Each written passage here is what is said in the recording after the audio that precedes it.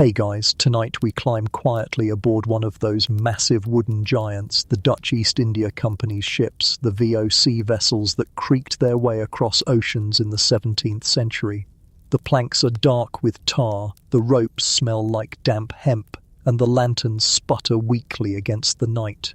You feel the deck shift under your feet as if the whole world has turned into a floating floor. It's not exactly the warm welcome you were hoping for, but congratulations. You've just signed on as a sailor, and you probably won't survive this.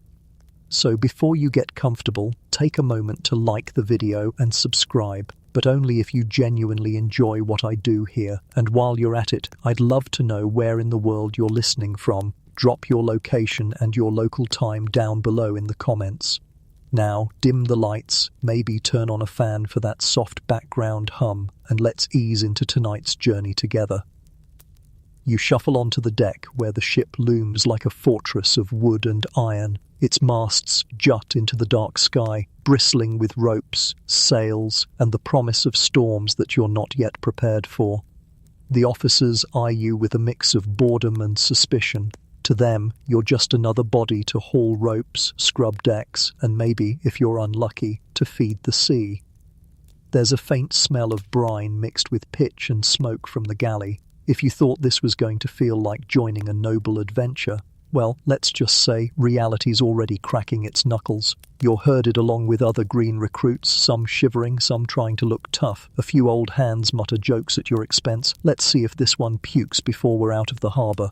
And truth be told, you probably will. Seasickness is the first baptism and everyone gets it. The rolling decks, the endless swell, the way the horizon dances until you're stomached out.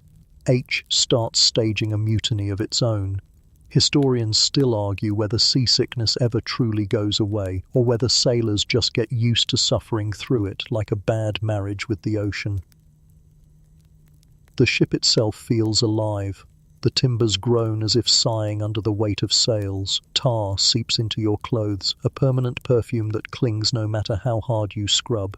You duck through low doorways into dimly lit spaces, bumping your head more often than you'd admit, and already you know this is not a palace. It's a floating workhouse where comfort is a myth and privacy is a punchline. A quirky tidbit. These VOC ships were so heavily guarded against spies that sometimes the actual sailing charts were locked away from even the crew. You might be halfway around the world and still not know where you're going. Imagine paying for an Uber and the driver blindfolds you saying, "Don't worry, I'll get you there." Probably. The officers remind you of your pay, or, more accurately, how little of it you'll see. Wages are meagre, often withheld until return, which makes you wonder, what if you don't make it back? Spoiler alert, many didn't. Disease, storms, or just slipping overboard at night and vanishing like a dropped coin. But hey, on the bright side, you do get unlimited ocean views. Instagram would have loved you. Your first night, you're already struck by how the sea doesn't sleep. Waves slap the hull in steady rhythm. The ropes creak and somewhere above, a lookout coughs into the wind. You lie there wondering if the world you left behind is already forgetting you. The ship sails on, indifferent, carrying you farther and farther until shore becomes just a fading rumour. And here you are, a tiny figure on a giant wooden world, the voyage stretching ahead like an endless tunnel. You tell yourself it'll be an adventure, though in your heart you know it's going to be more trial than triumph. Still, you pull your blanket tighter, close your eyes against the swaying lanterns, and drift into uneasy sleep, unaware of just how deadly this journey will become. You wake to the sound of boots clattering above your head and the faint groan of timbers adjusting to the swell. Your body is stiff from the plank you tried to sleep on, but now it's time to meet your real bed. You're led into the lower deck where the air feels thicker, almost sour, a mixture of tar, sweat, and the faint ammonia tang of too many men packed too close. Welcome to your hammock. It hangs there like a sagging smile stitched from rough canvas, suspended between two beams. The crew calls it a berth, but really it's a swinging sling that promises neither comfort nor safety. You eye it skeptically. Are you supposed to climb into that? Yes, you are, and good luck getting out gracefully. The first few tries usually end with sailors rolling onto the filthy planks below, and you can bet your shipmates will laugh at you for it. Humour at sea often involves your pain. You wedge yourself in, swaying gently, shoulder pressed against another unlucky body who smells like pickled onions and wet wool. The hammocks are so close that if you both roll at the same time, your elbows knock like tavern mugs. It's intimacy without romance. And here's the fun part. Above you, more hammocks dangle, which means that if the guy up there eats too much salted pork and loses his stomach, well, let's just say you'll regret not sleeping with your mouth closed. The creaking is constant, wood stretching and rope tightening with every sway of the ship. It's a lullaby, yes, but not the soothing kind. More like a reminder that the sea could yank the whole vessel apart if it wanted. Historians still argue whether hammocks genuinely helped sailors rest better than planks, or if it was just the cheapest way to stack warm bodies into a floating warehouse. Either way, you're not exactly writing home about the cozy vibe. In the darkness, you notice flickers of candlelight tucked in safe niches. Hay throw shadows across the curved hull, turning it into a rib cage. You lie there like some swallowed prey, waiting for the stomach acid of the ocean to finish you. Someone snores loudly to your left, rattling in and out like a broken bellows. Another coughs, deep and hacking, the kind that makes you wonder how long they'll last. A few whispers drift across the hammocks. Stories about storms, about men who never woke up, about the one who swore he saw a glowing hand reach over the gunwale one night. You chuckle nervously, though your skin prickles. Quirky tidbit for you, sailors believed cats on board were lucky. Not only did they chase rats, but their uncanny ability to sense storms made them seem like furry barometers. So somewhere in this dark, cramped hold, you might hear a meow followed by frantic scratching. And when that happens, trust the cat more than the captain. You adjust in your hammock, trying to ignore the itch crawling up your spine. Lice are everywhere, invisible until you scratch bloody welts into your skin. The worst part, everyone has them. The little critters hop hammock to hammock like frequent flyers, and nobody is spared. Company property and old sailor jokes, scratching until flakes of skin drift like snow. Sleep comes unevenly. Every time the ship tilts, you roll against the canvas, gripping to avoid spilling out. Every time a hatch slams or a rope snaps taut above, your heart kicks in your chest. And yet somehow you doze, half dreaming of land, of quiet nights where the ground doesn't sway beneath you. A sudden jolt wakes you, the ship heaves, and your hammock swings hard enough to bump your neighbor. He grunts, mutters something rude in Dutch, then turns over, sending a sour gust of beer breath in your face. You're reminded once again that privacy doesn't exist here. The hammock is yours in name only, your air, your space, your sanity, all shared. One officer passes through, lantern in hand, checking the crew like livestock.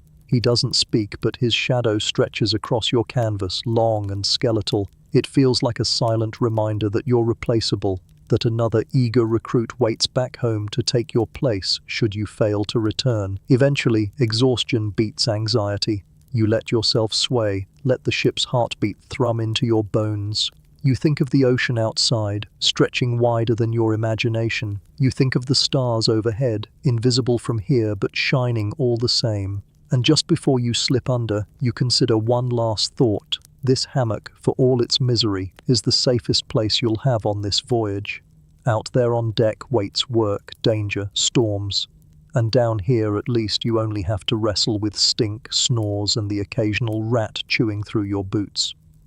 So you pull the canvas around your shoulders, sigh into the stale air, and drift again, carried forward into the long, restless night.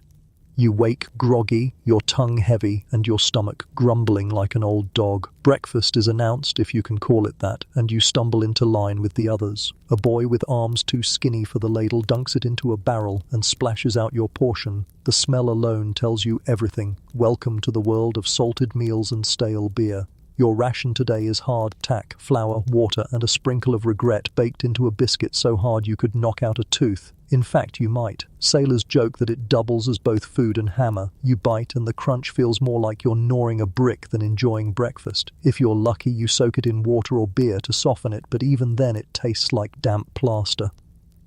Speaking of beer, yes, you drink it morning, noon, and night. Water stored in barrels goes foul fast, turning green or slimy within weeks. Beer, though weak and sour, keeps better. And so you sip, gagging slightly at the tang of something that tastes suspiciously like vinegar mixed with wet bread. Still, it's liquid, and liquid is life. Historians still argue whether the low-alcohol beer actually helped prevent sickness or just kept sailors pleasantly buzzed enough to ignore how terrible their food was.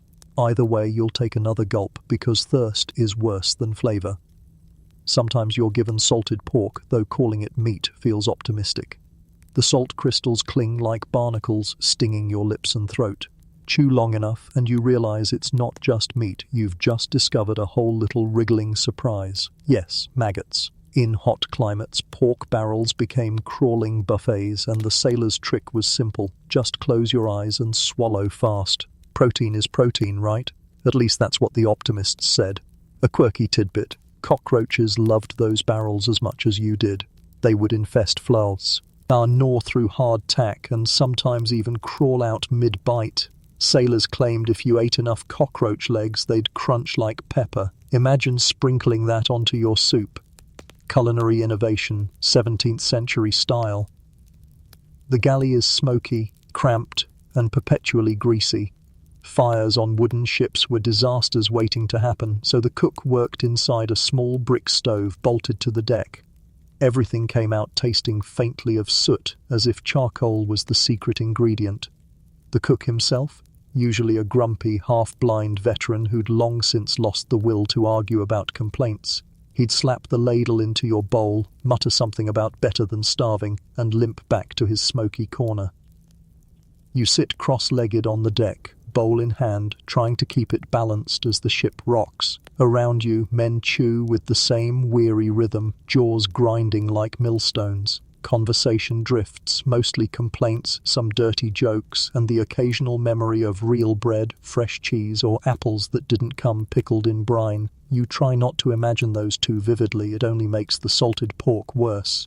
Now, if you're really fortunate, you might get peas or beans. They're dry to the point of resembling pebbles, but after hours of boiling, they soften enough to pass as food. The sailors call the stew peas porridge, and you'll hear it described as glue, mud, or punishment, depending on the mood. Still, a bowl of hot porridge on a cold night feels like a small mercy, and if you're clever, you tuck away a piece of hardtack to crumble in, thickening it into something resembling a meal. Historians still debate whether the Dutch VOC provided better rations than other navies. Some argue the Dutch were meticulous in provisioning, while others note the endless complaints written in logs about spoiled barrels, wormy bread, and meat tougher than rope. Your taste buds don't care about scholarly arguments. You just know it's awful. But here's the kicker. You look forward to these meals. As terrible as they are, they break the monotony. A few minutes where work stops, and you sit with your mates, chewing and joking about which bite will kill you first. And sometimes, in the midst of gagging on sour beer, someone cracks a story about a tavern girl back home, or a feast they once had, and for a few moments, laughter tastes better than food. Still, you can't escape the reality that nutrition is lacking. Fresh fruits and vegetables vanish weeks into the voyage. Without them, your body begins to rebel. Gums bleed, teeth loosen, energy drains. You don't know the word vitamin, but you know you're missing something. You'll find out soon enough when scurvy creeps into your bones, but for now, you just chew your salted slab, pretending it's steak. Another little joke among sailors. If you dropped a piece of hardtack overboard, it would sink slower than the ship. That's right, it might outlive you. Imagine archaeologists of the future digging one up, dusting it off, and serving it at a hipster cafe. Authentic 17th century cracker, €12. Bon appetit. By the end of your meal, your teeth ache, your stomach feels half-fed, and your tongue begs for something green, juicy, alive. But all you get is another gulp of stale beer and the promise that tomorrow's ration will taste exactly the same. Routine is survival, and so you lick the last grains of salt from your fingers, stand, and return your bowl. Work waits, hunger waits, and the endless ocean waits, rolling beneath your weary feet. The first time you hear it, you think it's just the wood creaking. Then out of the corner of your eye, something scuttles, quick, tiny claws tapping across the plank floor. You lean over in your hammock, squinting in the dim lantern light, and there it is, a rat the size of a small cat, tail twitching like a whip. Welcome to your true cabin mates, rats, roaches, and lice.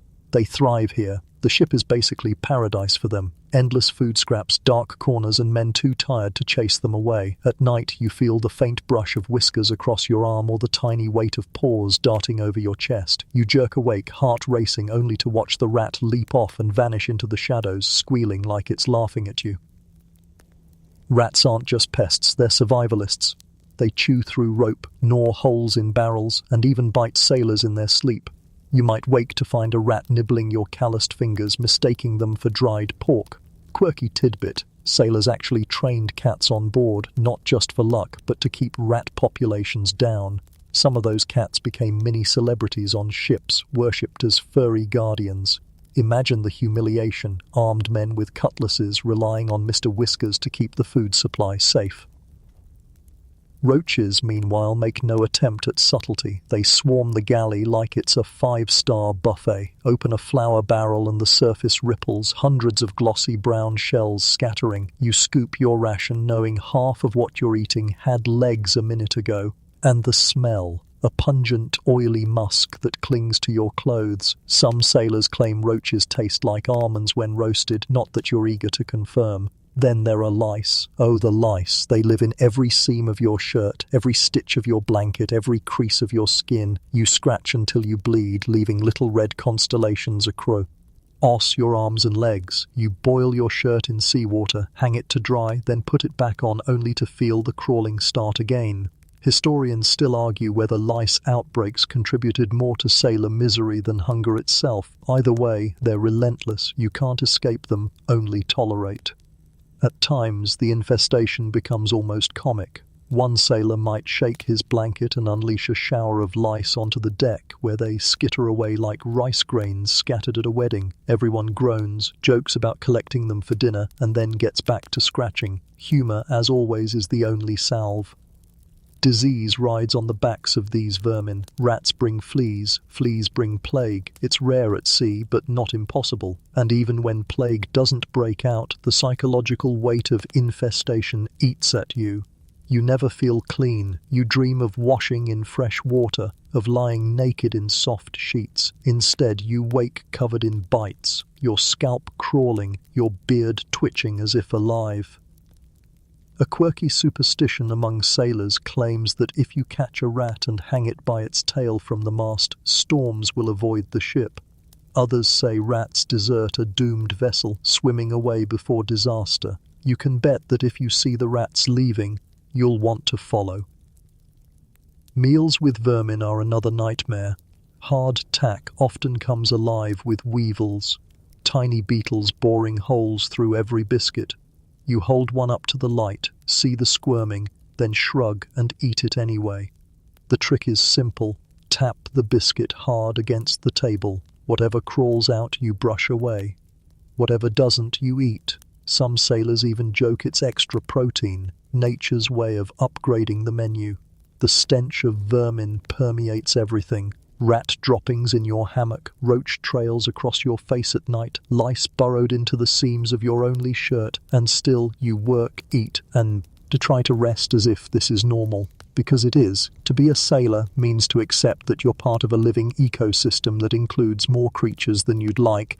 Sometimes, though, you can't help but laugh. A story spreads of a rat gnawing through the captain's wig while he slept, leaving him with bald patches that had nothing to do with age. Or the time a barrel rolled open in rough seas and unleashed a tidal wave of cockroaches across the deck. Sailors screamed like children, slipped on the scuttling tide, and then laughed until their sides hurt. Misery becomes comedy because the alternative is madness. Historians still argue whether vermin numbers were exaggerated in sailors' tales, but one thing is clear. In diaries, letters and logs, complaints about rats and lice are as common as notes about storms. These were not small inconveniences, they were constant companions, reminders that life at sea stripped away dignity. You weren't just battling the ocean, you were battling an army of tiny invaders every hour of every day. And so you scratch, you swat, you laugh grimly, and you lie back in your hammock. Somewhere above, the cat yowls triumphantly with a rat in its jaws. You smile, half asleep, knowing that in this war, the furry general is winning more battles than you ever could. For now, at least, you're safe in your swaying sling, sharing your dreams with squeaks, skitters, and itches that never quite fade. The bell clangs, sharp and metallic, shattering what little rest you had. You roll out of your hammock, rubbing your eyes, and already the boatswain is shouting. Work doesn't wait. On a VOC ship, every hour is carved into duties. Hauling, scrubbing, climbing, repeating. The rhythm isn't just relentless, it's bone deep, the kind of grind that makes time feel like a blur of aching muscles and blistered hands. Your day begins with ropes, always ropes. They're everywhere, snaking across the deck, coiled around belaying pins, dangling from masts. Each has a name and a purpose, and heaven help you if you pull the wrong one. You grab a line slick with salt and pitch, heave with the others, and feel your shoulders strain. The sail above bellies with wind, the ship tilts, and suddenly you're reminded every rope is life or death. Pull too slow and the wind rips the canvas to shreds. Tie a knot wrong and the mast could snap. Historians still argue whether VOC discipline at sea was harsher than on English or Spanish ships, but either way the expectation was clear, no mistakes. Officers didn't want excuses, they wanted sails trimmed, decks swabbed, barrels shifted, pumps worked. You move in rhythm with the crew like part of a human machine. Your hands burn, rope fibers digging deep, leaving grooves that won't fade even when you let go. Then it's time to scrub. Decks covered in spilled tar, rotting food, and worse. Yes, that too. Buckets of seawater are hauled up, sand scattered across planks, and brushes scrape until your arms scream. The smell of brine mixes with sweat, and your knees ache from crawling. Some men hum sea shanties, partly to keep time, partly to forget the tedium. You join in, your voice cracking but blending into the chorus, because singing makes the endless scrubbing feel almost tolerable. Almost. Quirky tidbit. Sailors used to polish the deck so smooth that some claimed you could eat off it. Not that you'd want to. A ship's deck doubled as kitchen, bedroom, and bathroom depending on the hour. Cleanliness wasn't luxury, it was survival, because filth bred sickness. Still you chuckle, imagining a fancy dinner party on these planks, with roaches as the waiters. Work doesn't end there. The rigging waits. You're ordered up the mast, and suddenly the ship feels small beneath you. Your fingers clutch tarred ropes, sticky and rough, as you climb higher into whipping wind. The sails flap violently, cracking like cannon fire, and you cling tighter. From up here, the sea stretches infinite in all directions, blue-green and terrifying. Your heart pounds, and your stomach churns with vertigo. And still you move, securing lines, tying knots, praying you don't slip. Many did. Fall from the rigging, and no one dives after you. The sea swallows fast, and men are too busy to mourn long. Once back on deck, your next task is shifting barrels, spice, water, salted meat, all packed below in cramped holds. They're heavy, awkward, and they roll with every tilt of the ship. You strain your back, cursing under your breath, while officers bark for more speed. Sweat runs down your face, burning your eyes, stinging cuts on your hands. You barely notice until your palms are raw, blisters bursting. You lick the salt, grimace, and keep working. There's no pause button at sea. Even at night, the rhythm doesn't let up. Watches rotate, 4 hours on, 4 hours off. You might stumble half asleep through your shift, lantern in hand, keeping lookout for rocks, sails on the horizon, or trouble brewing in the clouds. Your body aches for rest, but your eyes must stay open. Lids droop, head nods, but one sharp shout jerks you awake again. Falling asleep on duty isn't just frowned upon, it's punishable. Historians still argue whether VOC sailors were treated more like employees or prisoners, but standing there in the cold night wind, you know the answer doesn't matter. You're both. The company owns your time, your body, your sweat. You give it hour after hour because you must. Every now and then the monotony breaks, a rope snaps and suddenly everyone is running, scrambling to lash down a flailing sail, or a mast creaks too loudly and the crew works frantically to reinforce it with spare timber. Adrenaline floods you in those moments and you realize how fragile the floating fortress really is. One mistake, one storm, and everything collapses. And then, when the emergency passes, it's back to the grind. Haul, scrub, climb, repeat. The ship doesn't care about your exhaustion, your pain, or your longing for sleep. It just demands more. Still, there are small victories. You tie a knot perfectly, and the bosun gives a rare grunt of approval. You haul a sail faster than the man beside you, and pride flickers. You climb down from the rigging, legs trembling but alive, and the ocean spreads out, vast and glittering in moonlight.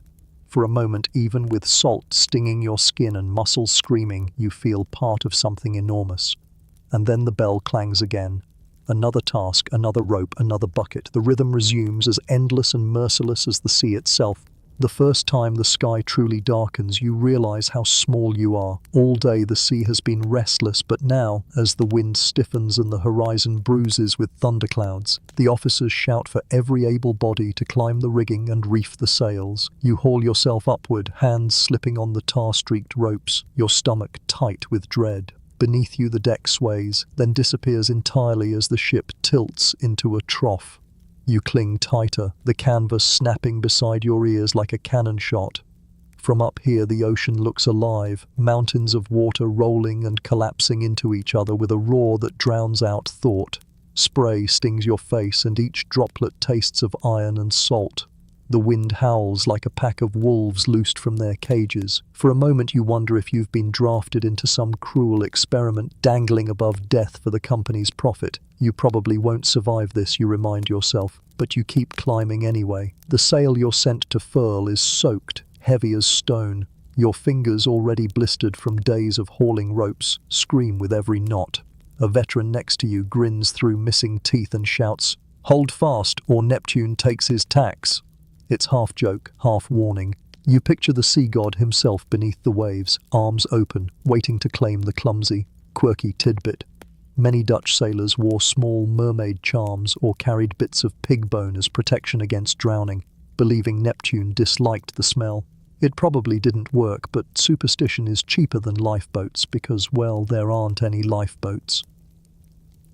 As night falls, the storm builds. The sky is stitched with lightning, each bolt illuminating faces twisted in terror.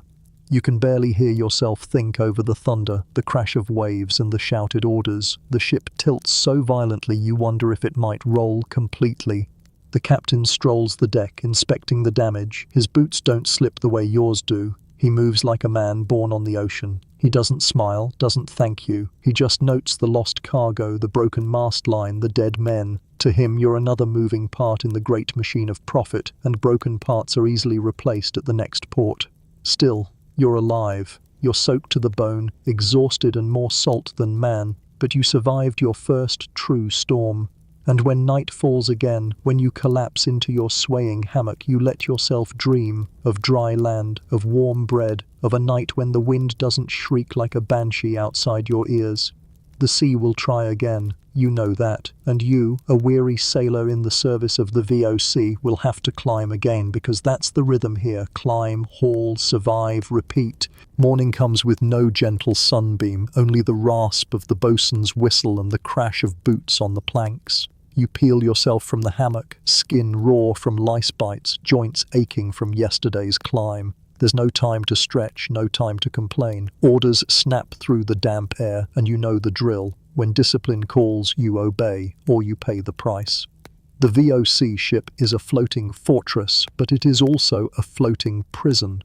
The men around you are not just sailors, they're labourers, farmers pressed into service, petty criminals who took the company's coin instead of a jail cell. Some are volunteers chasing dreams of wealth, others were tricked or coerced into contracts so long they might as well be life sentences. All of you are trapped by the horizon, and when men are caged together with too little food and too much salt air, tempers boil like tar in the galley. That's where the punishments come in. The officers have a book of regulations thick enough to prop open a cannon, and they enforce it with brutal creativity. A missed shift. That's lashes with the cat-o'-nine tails, 9 cords tipped with knots or iron barbs. You've seen it once already, a sailor tied to the mast, shirt stripped, his back quickly shredded into a crimson ruin as the rope whistled and cracked. The crew watched in silence, some turning away, others grimacing with each strike. The punished man didn't cry out until the 7th lash, and by the 10th he had fainted, body limp, blood pooling under his feet.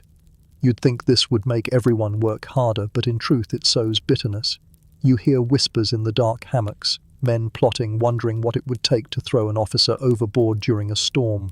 Historians still argue whether mutiny was truly common on VOC ships or whether stories were exaggerated by nervous captains writing home. What is certain, though, Yet somehow you find ways to cope. You learn which officers can be bribed with a scrap of tobacco, which ones are secretly terrified of storms, which ones soften when you sing their favourite shanty. You learn when to keep your head down, when to laugh at their jokes, and when to vanish into the shadows before the lash finds your back. Night comes again, and the cycle repeats. Work, eat, obey, endure. You crawl back into your hammock, listening to the snores, the scuttles, and the occasional muffled sob. Discipline may keep the ship running, but it gnaws at the men, grinding them down day by day. You close your eyes, feeling the sway of the sea, wondering how many more lashes, how many more storms, how many more nights you can take. And somewhere deep in your tired mind, a whisper stirs, the kind of whisper that grows in the dark holds of ships and the darker corners of sailors' hearts. The whisper says, there must be another way. You shuffle along the deck, the boards slick with last night's rain, and you can already hear the coughs echoing from below. It's not just seasickness anymore. Something darker has crept aboard. A fever, a rattle in the chest, a weakness that steals men's strength. You clutch your own ribs and wonder how long until it comes for you. The ship's surgeon, if you can even call him that, is a gaunt man with more scars than tools. His surgery is little more than a cramped corner with a wooden table stained darker than the ocean. He does what he can, but what he has is pitiful. A few knives, a saw, some jars of ointments that smell like rancid herbs, and a book of remedies that seems as much superstition as science. When a man develops scurvy, the cursed sailor's disease, his gums swell, his teeth loosen, and purple bruises bloom across his skin. Wounds refuse to heal, and even the smallest cut becomes a festering sore. You've seen strong men reduced to trembling skeletons, too weak to climb a ladder, their legs swollen like sacks of flour. Some try to chew on leather belts or sip vinegar, believing the sourness will cure them. Others gnaw on whatever citrus peel can be found, though fresh fruit is rare and precious on these voyages. Quirky tidbit. Dutch sailors sometimes brewed a concoction called switchel, made from vinegar, water, and molasses, claiming it restored energy and health. In truth, it was more likely to upset your stomach further, but at least it broke the monotony of sour beer. When disease spread, the surgeon often turned to bloodletting. You lie awake listening to him scrape a blade against some poor soul's arm, collecting crimson in a bowl, muttering about balancing humours. It's a strange kind of medicine, a man wasting away, denied fresh fruit, now losing the very blood he needs. Historians still argue whether such practices killed more sailors than they saved. You're fairly sure you know the answer. The smell of sickness is unforgettable. The hold reeks of sweat, vomit, and something sweet and rotting beneath it all. Men who were loud with jokes days ago now groan softly, their voices like broken fiddles. You see them carried to the deck for air, their eyes glazed, lips cracked. Some recover, slowly, if by luck a port appears with fresh supplies. Others slip away, and their bodies are sewn into canvas, a cannonball at their feet. One prayer, one splash, and they vanish into the grey-green water. The rituals of death are brisk, even cruel. There is no time for mourning. The ship must sail, the ropes must be hauled, and the dead man's hammock is cut down for someone else. You glance at it later, freshly rehung, already sagging under a new body. That's how the company keeps moving forward. Replace, refill, repeat. There are moments, though, when the human need for healing pushes through the gloom. Sailors tell each other folk remedies, chew cloves for toothache, rub tar on wounds, sleep with garlic under your tongue to keep spirits away. One man swears that talking to the rats, yes, the same ones you curse, will keep them from nibbling at your toes. Another insists that singing psalms at night keeps fever demons from creeping into your hammock. It's a patchwork of medicine and myth, a desperate attempt to control the uncontrollable. And sometimes, against all odds, the remedies work. Or maybe you just believe they do. The ship's surgeon, for all his blunt instruments and terrifying jars, occasionally stumbles upon something that helps. He boils herbs into bitter teas that calm an upset stomach. He makes poultices of moss and grease that ease sores. In a world without antibiotics, even belief itself becomes medicine. Your own stomach growls again, and you think of oranges, of fresh bread, of clean water poured from a cold spring. These are luxuries you can only dream about, rocking in your hammock, counting the coughs around you. You're surrounded by sickness, but somehow you remain upright, for now. And you begin to realize, in this world, survival isn't just about muscles or courage. It's about enduring the endless discomfort, the constant threat, the creeping illnesses, with a grim smile and maybe a song on your lips. The bell rings again. The surgeon mutters over another patient. The sea is calm for now, but storms always return, and you, exhausted and itchy, drag yourself back on deck, knowing that the day's labor will grind you down further. It's not glory, it's not treasure, it's hardship, pure and unrelenting, and it's only just begun. The days blur together in a haze of salt and sweat, but nothing sharpens your senses quite like the sudden cry from the masthead, "Sail ho!" At first you think it's a friendly vessel, maybe another company ship or a merchant from Portugal. But the tone of the lookout's voice is different, tight, urgent. The word spreads faster than spilled ale across the deck. Pirates. You feel your pulse jump. Pirates. The nightmare you heard about in the taverns before signing on. Men with no flag, no mercy, and no patience for contracts or law. They roam these waters like wolves, preying on fat merchantmen stuffed with spices, gold, and cloth. And you, clinging to the rail of this heaving deck, realize with a sinking stomach that you are exactly the sort of prey they like. The officers bark orders. Cannons are primed, powder passed hand to hand in little leather cartridges. You've trained for this in theory, loading iron balls into cannons, ramming powder, lighting fuses, but drills are one thing. Doing it while a black-hulled silhouette charges across the waves is another. Your hands shake as you fumble with the ramrod. If you drop it, if you spill the powder, you're not just a fool, you're a liability. A hush falls as the pirate ship grows closer. You can see figures now, dancing along the rigging like shadows, their heads wrapped in scarves, cutlasses flashing in the sunlight. Some wave weapons, others shake fists, and one man is playing a fiddle as if this were a festival instead of a battle. Quirky tidbit: pirate ships often carried musicians partly to keep up morale, partly to keep rhythm during fights. Imagine being serenaded while someone tries to cut your throat. Nothing says bedtime story like death to a jaunty tune. The first cannon thunders. Your whole body jumps as smoke and fire burst out beside you. The sound is deafening, like the sky itself has cracked open. You backpedal, slipping on blood and seawater, the fight raging around you. Your ears are ringing from cannon fire, your arms shake from hauling ropes all morning, and your stomach churns with salted pork. You swing wildly, once, twice, and somehow your attacker stumbles back. Did you hit him? Did someone else? You don't know. You only know you're still standing, heart hammering, breath ragged, while chaos reigns around you.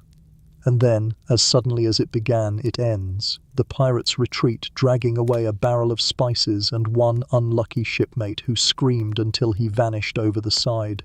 The captain bellows victory, though it doesn't feel like one.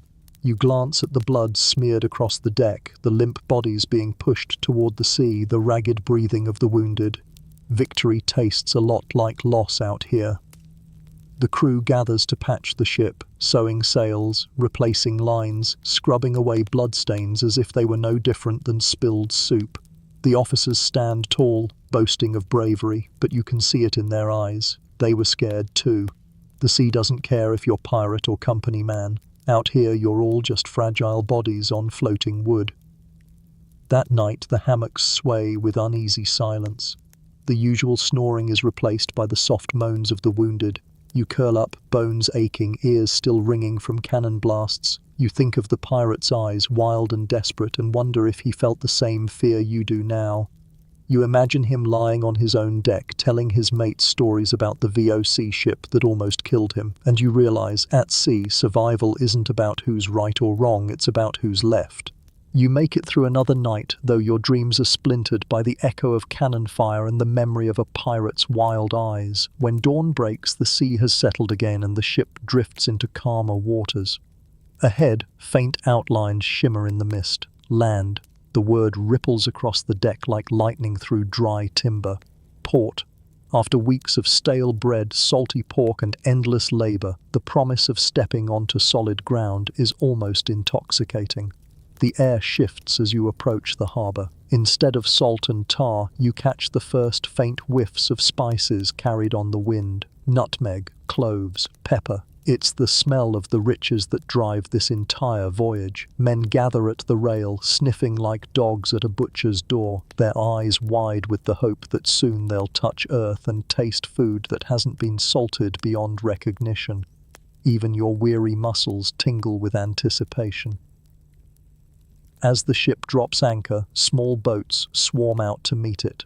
Locals in brightly coloured clothes paddle up, their canoes loaded with coconuts, bananas and fish. They shout greetings you barely understand, though a few of your shipmates claim they've picked up bits of the language. You're skeptical. They also claim to have wrestled sharks for fun. Still, when a woman tosses you a green mango and you bite into its tart flesh, the juice running down your chin feels like a miracle. For the first time in weeks, you taste something alive.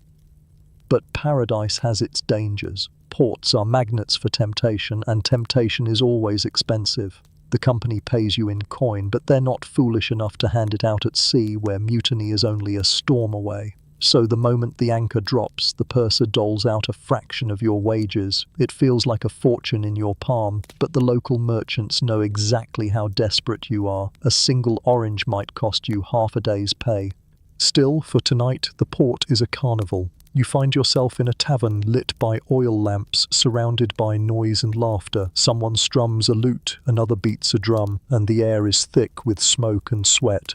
You drink too much, though the liquor tastes like fire and sugar water. You eat fish grilled over coals, the skin crisp, the flesh tender, and you almost weep from the taste. You haven't had food this fresh since leaving home, and for a moment the voyage feels worth it.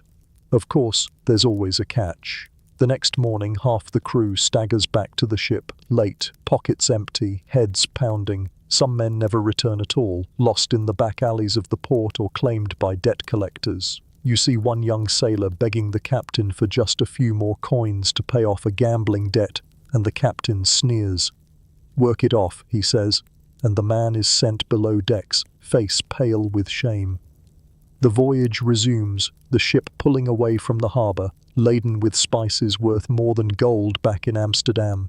The scent of cloves lingers in the hold, mixing with tar and sweat and rot, almost masking the stink of sickness. You sit on deck, chewing the last of your mango, and stare at the shrinking shoreline. You wonder if you'll ever see home again, or if this port, with its strange smells and suspicious stares, was the last patch of land your feet will ever touch. A breeze stiffens, filling the sails. The deck tilts. The horizon opens. Behind you, the harbour disappears. Ahead, only the sea, the work, and the whisper in the hammocks at night. How much more can a man endure? The first few days after leaving port feel almost like a gift. You still have fresh fruit tucked into your sea chest, bananas spotted with brown, a lime or two, maybe even a hunk of ginger. The crew gnaws happily, juice dripping down their beards, as though these humble offerings were feasts fit for kings. For a short time, the ship smells less of mildew and more of citrus, like someone sprayed the ocean with perfume.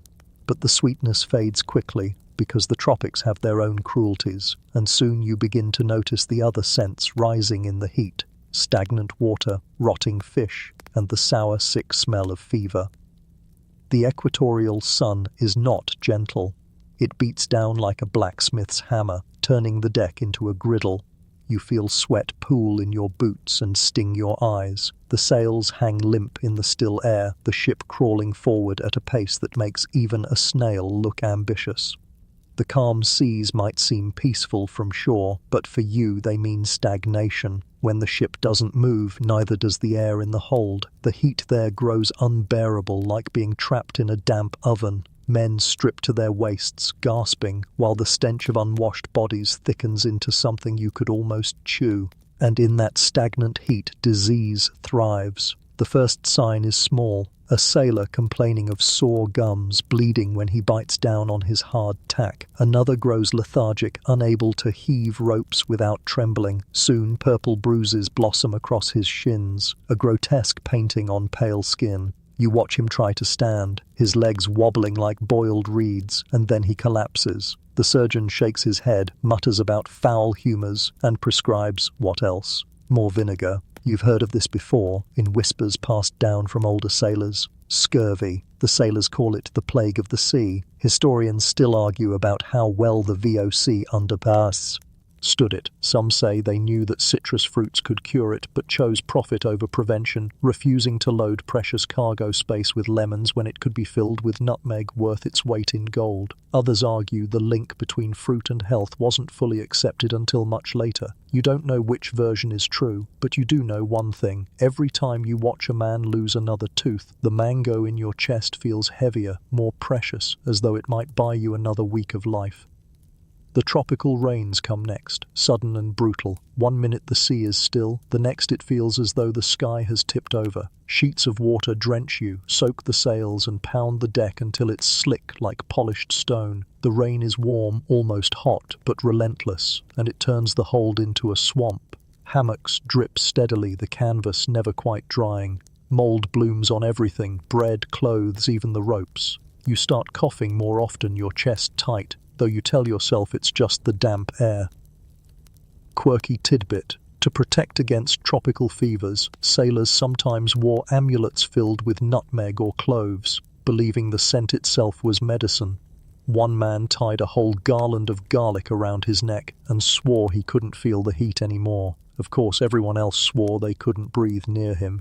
But garlic necklaces don't keep mosquitoes away, and you soon learn that these tiny, whining creatures are more dangerous than any pirate. They swarm in clouds, landing on your arms, your neck, even your eyelids as you try to sleep.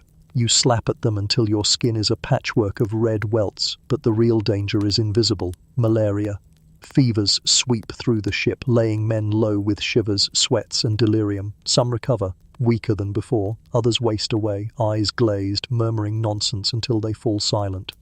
You see the surgeon working tirelessly, mixing herbs, draining blood, wrapping sores. His hands shake with exhaustion, his own face pale and hollow. There are too many sick, not enough medicine, and absolutely no understanding of what really causes the diseases. Men whisper that the air itself is poisoned, that the tropics breathe sickness like smoke. A few claim it's punishment for greed, that the spices in the hold are cursed, a judgment for stealing from the islands. And honestly, when you watch another shipmate's body sewn into canvas and dropped into the sea, you wonder if they might be right. The rhythm of work doesn't stop for sickness. The sails still need tending, the pumps still need manning, and the officers still shout until their voices crack. You haul ropes with men who can barely stand, their skin yellowing, their eyes sunken. Some collapse and you drag their limp bodies aside, muttering prayers that sound more like curses. And then you take their place, because someone has to.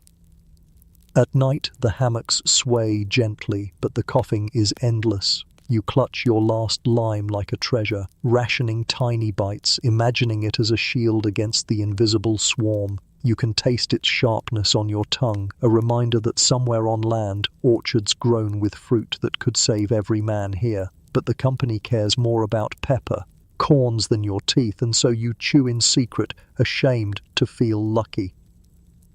The sea is calm tonight, but the fear is not. You lie in your hammock, scratching at bites, listening to fevered muttering, and wondering whether you'll still be standing when the next port comes into view. Survival here feels less like heroism and more like gambling. Every day you toss the dice, hoping not to roll your own end. And as your eyelids grow heavy, you can't help but think, in this game the house always wins, and the house is the sea. The order comes down as calmly as a lullaby, boats over the side. You shoulder a musket that's probably older than you, tighten the sweat-slick strap, and step onto the gangplank with the rest of the landing party. The shore ahead glows green and humid, palms shivering in a breeze that smells of cinnamon and wood smoke.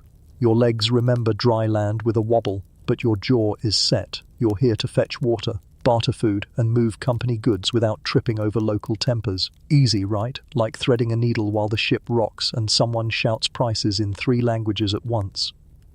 On the sand, you meet eyes that are curious and cool at the same time. Traders in bright cloth, porters with baskets balanced like small miracles, children peeking from behind their elders' legs. A few soldiers stand close enough to be noticed, far enough to make you guess. Your interpreter, everyone calls him a lingua, whether that's his job title or a desperate wish, bows, smiles, and starts the slow dance. Names, greetings, gifts. You copy the bow with the grace of a sack of turnips and tell yourself to keep hands low, hat off, and tone soft. You've learned by now that the wrong gesture can cost more than a cargo of cloves. The first misunderstanding arrives fashionably early. You reach for a basket with your left hand, and a merchant's eyebrows leap so high they nearly leave his forehead. You jerk your hand back, mumbling an apology you're not sure he understands. The lingua whispers, "Right hand for trade." Got it. You clamp your left hand to your belt like it's misbehaved. When the merchant offers betel nut wrapped with lime and leaf, you try a polite chew and immediately feel your mouth blaze as if you licked a peppermill. You smile through tears, the merchant beams, diplomacy by fire. Light joke 1, somewhere your taste buds file a complaint with human resources. While the barrels are rolled toward a spring, you drift past market tables, clove buds like little nails, nutmeg seeds glossy as river stones, mace a lacework flare of orange. You've heard the mainstream fact. The VOC built its fortune by locking these islands into monopoly, especially the Banda Group, where nutmeg grows like temptation itself. In Amsterdam, a pinch of this stuff flavors king's feasts. Out here, it's fruit you can pluck if the company says you may. The policy is simple in theory and brutal in practice, and you've felt the edge of it in orders barked from the quarterdeck. Historians still argue whether the company's ruthlessness, raids, forts, contracts carved under the shadow of cannon, was an inevitable engine of empire or a choice dressed up as necessity. You don't have a scholar's distance, you have a musket and a sunburn. A drummer back on the beach taps slow time, company heartbeat, and a clerk with ink-stained fingers ticks boxes you can't read. You help lash lids onto casks of fresh water, feel the cool seep through the wood, and allow yourself one small, greedy breath over the bunghole. It smells like forgiveness. Another party barters for rice, while a third haggles for chickens that look to your hungry eyes like roast dinners performing a serene little parade. The lingua mediates with a smile so smooth you wonder if words themselves get seasick. Then a new group arrives at the edge of the market, men from upriver, faces painted, spears upright. The air thins. Your officer's hand drifts to the hilt of his sword the way a sleepy man reaches for a blanket. The lingua speaks quick. The newcomers answer quicker. You feel meanings sliding like wet rope through your grip. One spear point dips, almost lazily, toward a barrel of pepper. You step forward without thinking, musket low but present. On your left, a crewmate shifts his stance. The world balances on a coconut's width. A child laughs, the clean bell of it cuts tension like a knife through papaya, and the moment releases. Someone offers dried fish, someone else offers cloth. The lingua's hands sketch peace in the air. You remember to breathe. Later, back on the boat, your mate will swear he could see the spear point wink at him. You'll tell him he's romantic, which is sailor code for you nearly wet yourself. Light joke 2, your poker face is a wooden crate with eye holes.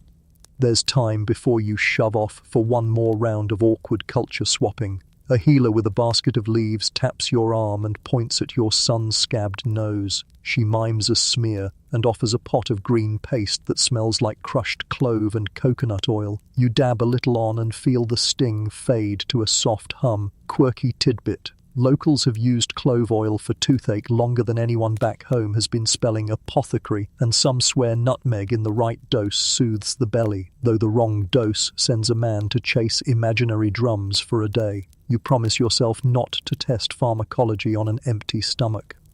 As your party pushes off, paddles dip in sync, the lagoon slick as melted pewter. On shore, the merchants count strings of cowries and silver reals with the same focus you give to unrolling a dry blanket. A hawk circles overhead. Far inland, a line of smoke curls ease. Maybe cooking fires, maybe signal.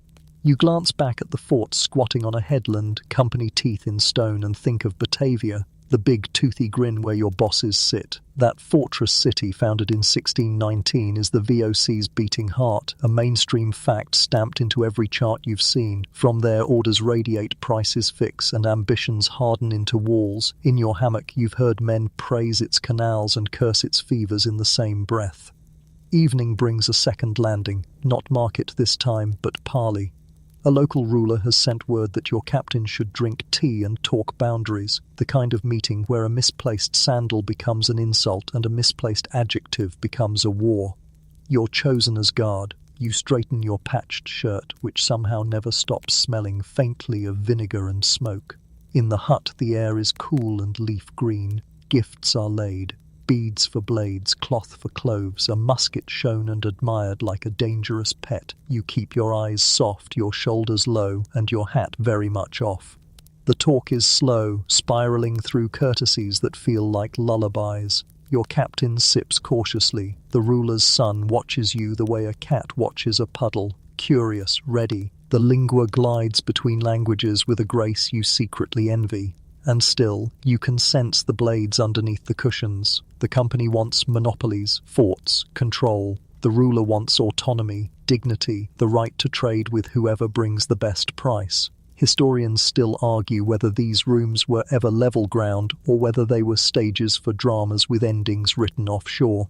You keep your hands where everyone can see them and try not to sneeze in the incense. The meeting ends without fireworks, 2 signatures that look more like paintings than names, a nod, a bowl of sliced fruit sweet enough to make you close your eyes. When you rise, you bow again. By the third bow, your lower back files its own diplomatic protest. Light joke 3, you've bowed so much your spine now speaks Malay. Outside, dusk folds over the beach, and the boatman's calls sound like a choir. Back aboard, the quarterdeck glows with lanterns. The captain dictates a brisk report about cordial relations and advantageous terms. The clerk copies, sand dries the ink, and the wind takes the paper scent into the rigging. You lean on the rail and watch the shore lights flicker like scattered embers. Peace tonight, maybe. But you've heard other stories in hammocks, in whispers frayed by salt, of the Ambon case years ago that soured Dutch and English like milk left in the sun, of villages burned when contracts bent, of company officers who arrived at dawn with treaties and left at dusk with prisoners. You don't repeat those stories on deck, you keep them folded like a map in your chest.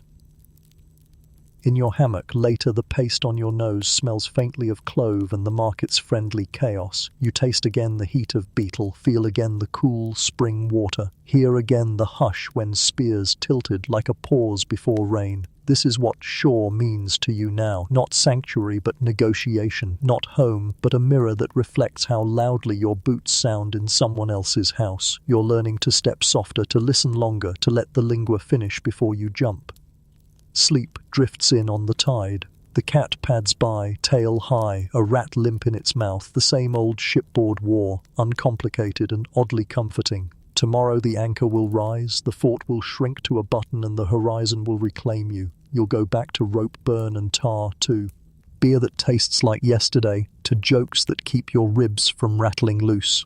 Yet the shore clings, a spice-sweet ghost at the edge of your dreams, reminding you that every barrel you haul is someone's harvest, someone's hill, someone's hearth, paid for in coin, ink, or smoke. By now you've learned the smell of cloves in your sleep, a sweet bite that threads through tar, sweat, and the cat's victorious rat breath. Tonight, as the ship settles into its groaning cradle, you lean on the rail and try to imagine what those little flower buds become once they vanish into the company's ledgers. You picture Amsterdam in winter, canals rimmed with ice, the weighing house busy as a beehive, merchants in black wool rubbing gloved hands while porters shoulder bales stamped with marks you've hauled in your own sore fingers. You can almost hear the auctioneers' sing-song, the clack of tally sticks, the shuffle of shares changing hands, all of it spun from the cough-stained air in your hammock. The officers talk figures when they think you're not listening. They drop names like stepping stones, directors called the Heeren XVII, boardrooms where maps are pricked with pins and fortunes move with a quill. A mainstream fact slips easily into the whisper. The company back home is something new under the sun, a joint stock marvel founded in 1602 with pieces of ownership traded on the Amsterdam bourse like apples in a stall. People buy a slice of your misery and call it investment. Dividends are announced, sometimes even paid in kind. Nutmeg or cloves parcelled out to gentlemen who have never bled from a rope burn. It's almost funny if you say it quickly enough. Light joke 1. You'd send them a sample of shipboard lice as a bonus, but the packaging costs would be brutal. What you earn for all this? Crumbs. The purser counts them with righteous care, chalking your name with the same dryness he uses on a wine cask. Wages are small and, worse, withheld, payable on safe return, which is like promising dessert to a man halfway across a tightrope. You can request an advance to be sent to your mother, or to that tavern widow who calls herself your fiancée when the Ren tea is due, but even the advances are chiselled by fees that breed faster than rats. If you die, and the sea keeps a ledger of its own, the company settles your account like a butcher weighing scraps, and whatever's left dribbles home months or years after your name has passed from the neighbourhood's mouth. You don't need a clerk's pen to see the math.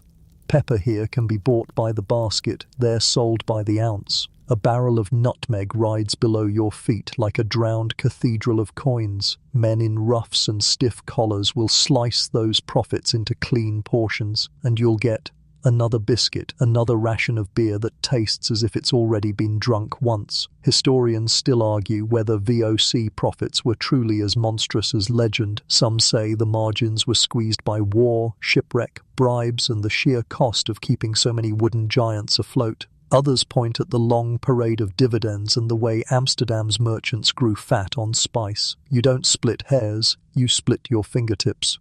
Whatever the balance sheet says, the clove scent of wealth never quite reaches your hammock. Sometimes the officers dangle promises like lures. There's prize money when we take an enemy. One hints, eyes glinting. Another mutters about a gratification if the voyage meets its timetable, as though the wind will read a company calendar and oblige. You learn quickly to treat promises like tropical mirages, pretty at a distance, undrinkable up close. Once, after a skirmish that left the deck slick and your ears ringing, a rumour flitted that each man would receive a silver coin stamped with a proud lion. What arrived was a lecture on thrift and a half measure of sour wine. You toasted anyway. Defeat tastes better with ceremony. Light joke 2, you raise your cup to our generous shareholders, and the cup tries to throw itself overboard in protest. Back in your off-watch, you help the purser tally cargo, sliding a dull stylus across a slate while he recites the litany. So many bales mace, so many chests cloves, so many bags pepper. Each item becomes a figure, each figure a line, each line a promise of profit 1,000 leagues away. You ask casually what a chest of cloves fetches in the Damrock warehouses. He shrugs in a language made of numbers, enough to build a canal house with windows wider than any cabin you'll ever sleep in, enough to pave a street in polished bricks and still have coins for a string of pearls. And what does a sailor fetch, you ask? He doesn't look up. Less when he's dead.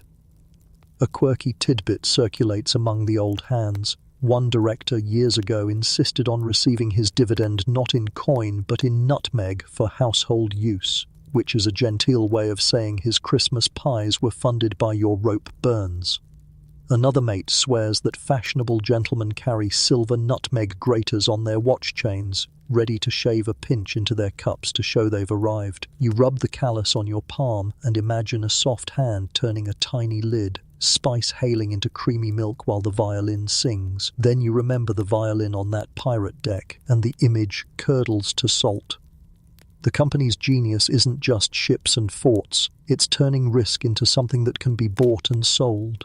In the taverns of Amsterdam, a man can wager on your arrival the way he wagers on a dice game. If you limp into port late, he loses. If you vanish in a storm, someone's parchment grows light and someone's shrug grows heavy. You've become an entry on a board too large to see, a walking price that snores and scratches and bleeds and tells jokes to keep the night from settling. Historians still argue whether this alchemy of paper and ocean is progress or a pretty mask for plunder. You argue with your blah eye, stirs by daylight and your ghosts by dark. It isn't that you begrudge all profit. You've felt the bite of a fresh lime on your tongue and known that commerce at its best is a bridge across water. You've watched the lingua trade laughter for peace, seen a healer's paste quiet the sun's cruelty on your nose. Trade can be tenderness, a hand extended with mango and smile. But the company, in its bigness, loves numbers more than faces. It draws lines on maps that run straight through villages, and it calls those lines efficiency. You stand on deck and picture those lines tightening like ropes. There are, of course, men who beat the game, a clever petty officer who skims a handful of peppercorns from every bag, a bosun who buys a little cargo space with an uncle's coin and returns home selling cinnamon out of his trunk, a clerk who copies 2 ledgers instead of 1 for the right eyes and the left eyes. You see them prosper and suspect their luck has more fingers than yours. You tell yourself you'll try a small venture next port, just a parcel of something honest tucked beneath your spare shirt. Then you remember the last man audited at anchor, his bundle split and counted while he stood red-eared as the purser tutted. The fine ate a year of wage in an afternoon. Next voyage, you say, and the cat, passing by with whiskers of authority, seems to nod. Light joke 3. Even the cat keeps a secret ledger, 1 rat, 1 scratch behind the ears. The last man audited at anchor, his bundle split and counted while he stood red-eared as the purser tutted. The fine ate a year of wage in an afternoon. Next voyage, you say, and the cat, passing by with whiskers of authority, seems to nod. Light joke 3. Even the cat keeps a secret ledger, 1 rat, 1 scratch behind the ears. Night deepens. The ship sighs in all its joints, as though dreaming of smaller waves. You unlace your shirt, fingertip the rope grooves that never entirely fade, and think of your mother's door in a narrow street where neighbours know each other's candlelight by colour.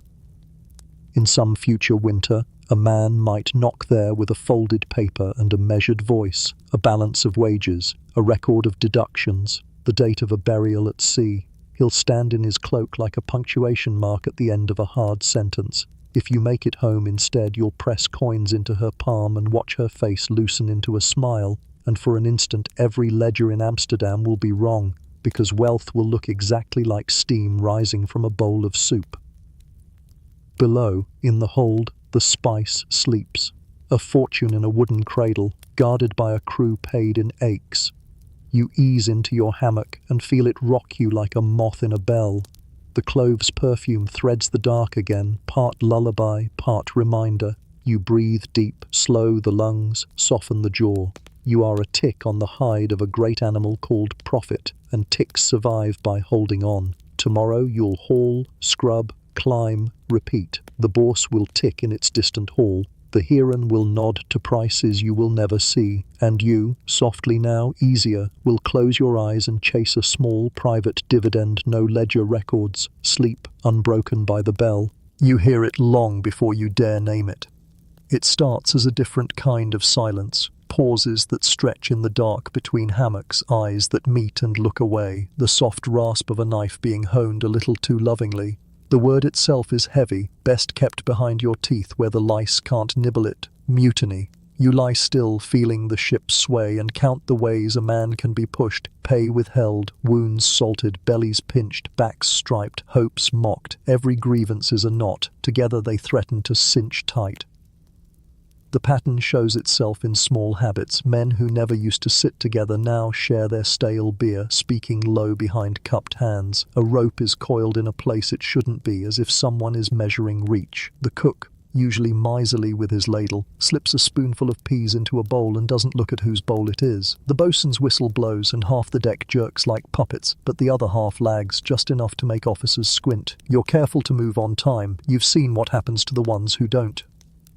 By now you've learned the company's version of peace, a ledger, a lash, and a sermon, but below decks the crew keeps a second calendar measured in slights. The quartermaster misplaces a man's advance. The surgeon bloodlets a fevered sailor who never warms again. The captain toasts the Heeren XVII with wine while you wet your cracked lips with beer that tastes suspiciously recycled. Jokes turn sharper. Shanties sprout verses that weren't there yesterday. Historians still argue whether songs ever carried coded signals. Was that extra rhyme for timing or for trouble? But you feel the hair rise on your arms when the chorus presses a little harder on a single word.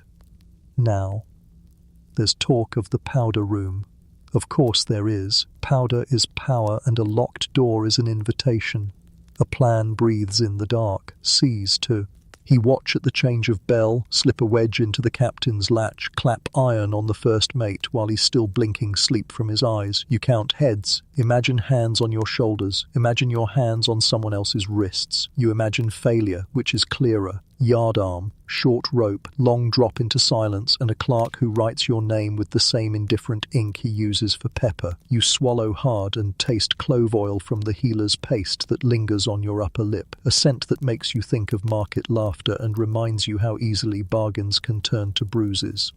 Mainstream fact, the kind officers repeat as a moral. The Dutch ship Batavia wrecked in 1629, where a schemer turned whisper into slaughter once the hull broke on coral. The company's gallows afterward were as busy as any market stall. They say it to warn you. Mutiny doesn't end in freedom, it ends in rope. They skip the part where terror was born from neglect. Rotten leadership and dreams snapped like rigging. You listen and keep your face blank. You've learned that a blank face is a useful mask at sea. Light joke 1, it's also the only skincare routine you can afford. You measure the officers anew, the captain with frost in his beard and numbers for blood. The first mate whose temper is a squall you can smell coming. The boatswain who believes pain is a language men learn quickly. A clerk who never looks you in the eye when he reads your debts. If mutiny had a ledger, these would be the credits. The debits are trickier, the helmsman with a kind word when your hands shake, the gunner who shares tobacco on the quiet, the carpenter who tucks an extra wedge under your chest so it doesn't roll in heavy seas. The ship is not one thing, it is many small things tied together with hope and habit. Night falls and someone whistles. On most ships, whistling is bad luck, said to whistle up the wind, which the North Sea is happy to deliver with interest. Quirky tidbit, some officers banned whistling not for superstition but because it made an excellent stealth signal. Tonight the tune dies quickly, strangled by glances. You shift in your hammock listening to the hush that follows. The cat pads along the beam above, tail waving like a tiny furry standard. Cats don't take sides, they audit. If the cat sits on your chest, you decide that must count as a favourable report. Work continues because it must. Ropes don't coil themselves, the wind doesn't trim out of courtesy, but there are places to murmur. At the pump, shoulders touching, in the lee of a boat while you scrape barnacles. At the heads where no officer lingers long. A phrase passes, dog watch. 2 shorter watches that shift the pattern of men on duty, a real thing in the day's schedule.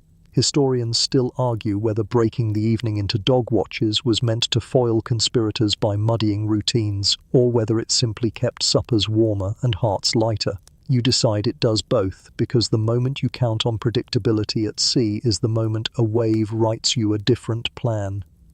You consider risks like a careful gambler. Powder is kept dry, locks stand between you and it, keys move with officers' belts. Knives are plentiful, but steel is loud when it finds wood or bone. If you take the helm, can you steer a course by stars you've only half learned? If you hold the quarterdeck, can you hold the crew when delight sours into doubt? It's one thing to curse a captain, it's another to replace him with the rattle in your own chest. Light joke 2. Your leadership resume currently reads, can tie 2 kinds of knots and once made the cook laugh.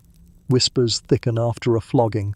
A sailor nicknamed Ahmed Sparrow, quick with a line, quicker with a grin, takes 8 tails for answering back. You watch him bite a rag, eyes bright with tears he refuses to spill. Later, in the dark, Sparrow says nothing. His silence is a sermon. You can feel it in the way men shift around him, the way shoulders square a fraction when an officer passes. The lash teaches lessons officers don't intend. It binds men together as much as it scatters them. And yet fear is a glue too. You've seen the court that forms on deck, the captain in a chair, the mates ranked by seniority, witnesses called, the edge of the table nicked by knives and years. The law feels like a net with holes just large enough to swallow you. Even a rumor of mutiny can be enough. Conspiracy, someone writes, and your hammock empties. You don't sleep easily with that word circling like a gull. So you listen, but you keep a foot in daylight. You laugh at the right jokes. You keep time in the right shanties. You scratch your lice like a man with nothing on his mind but itch. When a mate leans close and says, mid-watch, after the bell, you cough and say, I'm on the foremast then, the way a man does when he isn't saying yes or no. Your heart thumps like a mallet on a cask. The paste the healer gave you for your sunburn smells faintly sweet. You think absurdly of cake. Your brain is good at sabotage, of yourself at least. A test comes, a small one, but enough to taste. The first mate descends to the orlop to inspect the water casks, alone except for a lantern.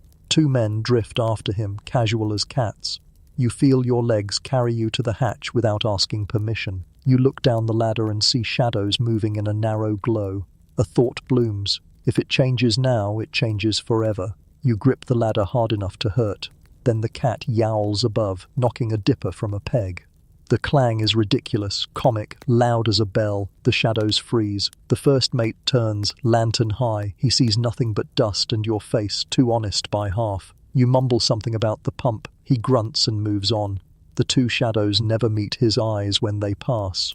The ladder under your hands feels like a mast in a storm, real, necessary, the thing that keeps you from going over. Light joke 3. Somewhere a saint of sailors writes cat, +1 intervention in the margins. After, men breathe again and talk of wind and weather as if nothing has rippled. You tie a line, slowly, making the knot perfect. Perfection is a prayer you can say with your hands. Sparrow sits near, back to a beam, jaw clenched, lashes livid. He doesn't look at you, and you don't ask for his eyes. The sea is big enough for many kinds of courage. Tonight yours is the kind that keeps knives sheathed. As tomorrow might ask another kind. You stretch out in your hammock, cradle of canvas that remembers every bruise. Above you the timbers tick like cooling iron.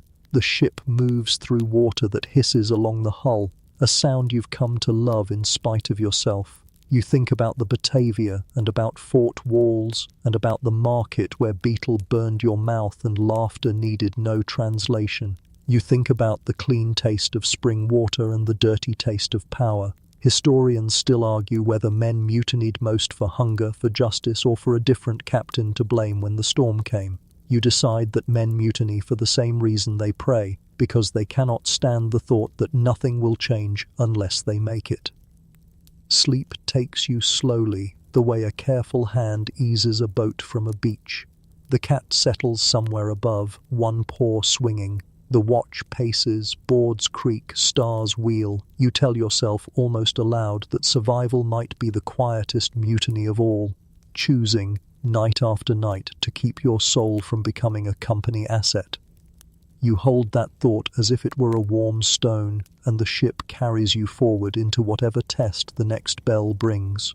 The sea has moods, and sometimes those moods are murderous. It starts as a whisper, a ripple that turns the horizon uneven. The sky darkens, not the sudden bruises of a tropical squall, but a slow, grinding grey, like the heavens deciding to close their eyelids. You've seen storms before, but this one feels different. The officers stop barking orders and start speaking in clipped phrases, voices low, eyes scanning the rigging. That's when you know this isn't just weather. This is the kind of storm that carves names into history. The wind rises, and the ship answers with groans that sound like a wounded animal. Ropes snap against the masts like whips, sails shudder and tear, and you cling to the deck as water sluices over your boots. You're ordered up the rigging to furl what canvas you can before it rips clean away. Your hands already raw clutch tar-streaked ropes as the ship pitches under you. The deck is a blur of grey-green froth below, and for a heartbeat you swear the sea wants to swallow you whole. You press your cheek against the rope, tasting salt and fear. And then comes the crack, the unmistakable splinter of timber giving way. A mast snaps halfway up, crashing down like a guillotine. Men scatter, some too slow. The wreckage slams into the deck, crushing barrels, tearing lines, flinging splinters the size of daggers. You duck, heart hammering. A sailor beside you screams, pinned beneath a spar. You reach out, but the wave that sweeps across the deck wrenches him from your grip. He's gone in an instant, swallowed without ceremony. Historians still argue whether 17th century sailors feared disease more than shipwrecks, pointing to grim mortality tables where scurvy numbers dwarf drownings. But ask anyone who's clung to a spar while the sea tried to strip the breath from his chest. Terror in water is sharper, quicker, harder to forget. You don't have months to dread it, you have seconds. The pumps run constantly, men slaving at the handles, backs bent, water gushing like veins cut open. Your arms burn, but you don't dare slow. Every bucket tossed overboard is another heartbeat of survival. Below deck, barrels roll loose, smashing ribs and skulls alike if men can't wrestle them back into place. You join the chaos, straining to wedge cargo with planks, each lurch of the hull a reminder that you're moving in a coffin, one nail short of sealing. Quirky tidbit. Some sailors swore shipwrecks could be foretold by phantom bells heard clanging beneath the waves, as if drowned churches rang warnings from the deep. You strain your ears and almost believe you hear one between the thunder and the roar of the sea. Or maybe it's just your own heart pounding against your ribs, tolling its private alarm. When the hull grinds against something solid, a sound like bones snapping under giant teeth, panic ripples through the crew. Land, reef, you can't see for rain, but you feel the ship stagger as though gut-punched. Officers shout, trying to keep order, but fear eats rank. A man leaps overboard in blind terror, vanishing instantly. Another drops to his knees, praying so loudly you can hear him even over the storm. You grip the rail, knuckles white, and force yourself to breathe through the chaos. One moment at a time you tell yourself, just survive this moment, then the next. The storm rages all night, hours stretching into lifetimes. You lash yourself to a beam, waves tearing at your clothes, eyes stinging from salt. Time becomes meaningless, only water, wood and willpower. When dawn finally limps over the horizon, the storm loosens its claws. The sea, though still heaving, is no longer trying to smash you flat. You stagger across the wrecked deck, blinking at the ruin. Half the rigging gone, planks splintered, barrels broken, men missing. A head count is called. Too many hammocks lie empty now, swaying gently as if still cradling invisible bodies. The dead are noted in the log with the same dryness as tallying peppercorns. You wipe your face, unsure if it's rain, seawater or tears. And yet the ship still floats. Somehow this battered wooden giant refuses to die, and by extension so do you. Repairs begin immediately. There's no pause, no funeral, only work. You haul ropes, patch sails, nail planks, hands moving by instinct, because if you stop, despair creeps in. You're exhausted, bruised and hollow, but alive. That night, curled in your hammock, you sway to the rhythm of a ship that feels weaker. Like an old man staggering after a beating, you close your eyes and replay the images, the mast falling, the scream cut off by water, the phantom bell in the storm. You remind yourself that survival isn't about strength. It's about stubbornness, about clinging harder than the sea can pull. And as you drift towards sleep, the ship creaks beneath you like an ancient lullaby, whispering that the ocean has let you live, for now.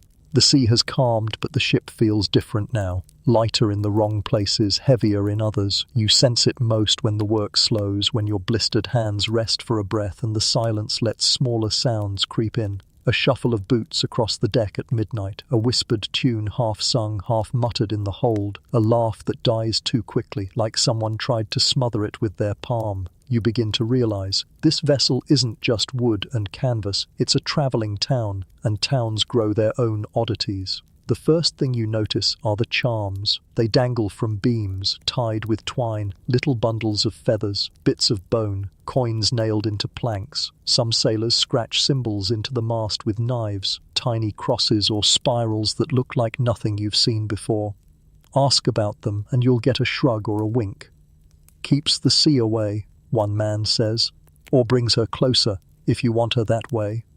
Quirky tidbit, some Dutch sailors carried dried toads as pocket talismans, claiming the creatures absorbed bad luck. You've seen one man stroke his toad like it was a beloved pet, whispering to it when the wind moaned through the rigging. Superstition doesn't stop there. Whistling on deck, forbidden unless you're the cook calling the wind. Cutting your hair on a calm day, disaster because the sea might mistake it for a sacrifice. Women aboard, everyone insists it's bad luck, though curiously, figureheads carved into bows are nearly always female. You glance at your ship's own figurehead, a wooden maiden with a blank smile, and wonder what secrets she's keeping after staring down so many horizons. Then there are the songs. Sea shanties are more than rhythm, they're survival. Hauling ropes, pumping water, scrubbing decks, everything is easier when voices rise together. You find yourself joining in even when your throat is raw. The tunes clee endlessly. Verses about home, about girls in taverns, about whales the size of mountains. But in the quiet hours, strange songs slip through. Half in Dutch, half in tongues you don't know. They carry notes that vibrate in your bones. A sailor swears the melody keeps the ship steady, that the sea listens. You chuckle, but when the waves soften during one of those chants, you shiver. Historians still argue whether sailors truly believed in these charms and chants, or whether they were just morale tricks dressed up in magic. But lying in your hammock, staring at the carvings etched into beams above you, it's hard not to think belief itself has power. After all, what else keeps men climbing ropes into storms? Cultural oddities spill into daily life. Meals aren't just meals, they're mini carnivals of ritual. Some men knock on their hardtack before biting, as if greeting it politely will make it softer. Others toss the first sip of beer overboard for the sea spirits. You even catch one fellow painting little faces on beans before boiling them just to keep the crew company. Light joke 1. You decide you'll worry only if the beans start painting faces back.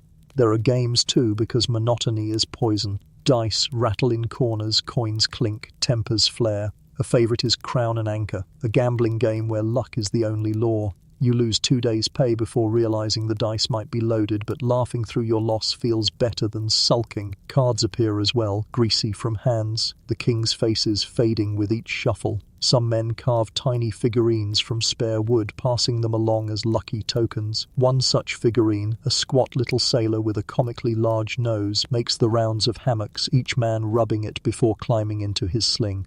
And then there are the stories, oh the stories, tales of ghost ships glowing green at night, of mermaids singing sailors into the waves, of islands that appear at dawn and vanish by dusk. You listen with one ear skeptical, the other enchanted. Sometimes the stories are bawdy, sometimes terrifying, sometimes oddly tender. They bind the crew in ways the company's discipline never could. A joke shared over lice, a ghost story whispered while patching sails, a song hummed while scrubbing blood from planks. These are the threads that hold men together. Quirky tidbit again. Sailors believed pigs couldn't drown, so some ships painted piglets on their knees as tattoos for luck in case of shipwreck. You glance at your bare skin and think maybe a pig or two wouldn't hurt. Light joke 2. At least the pig wouldn't complain about the food. Through it all, the officers remain apart, their oddities hidden or forbidden. They sneer at charms, discourage songs, confiscate dice. But you know, even they must carry secrets. You once saw the captain rub the figurehead's wooden cheek before a storm, a motion so quick it might have been scratching his beard. You didn't say a word. Respect for superstition isn't written in the ship's rules, but it's carved into every man's bones.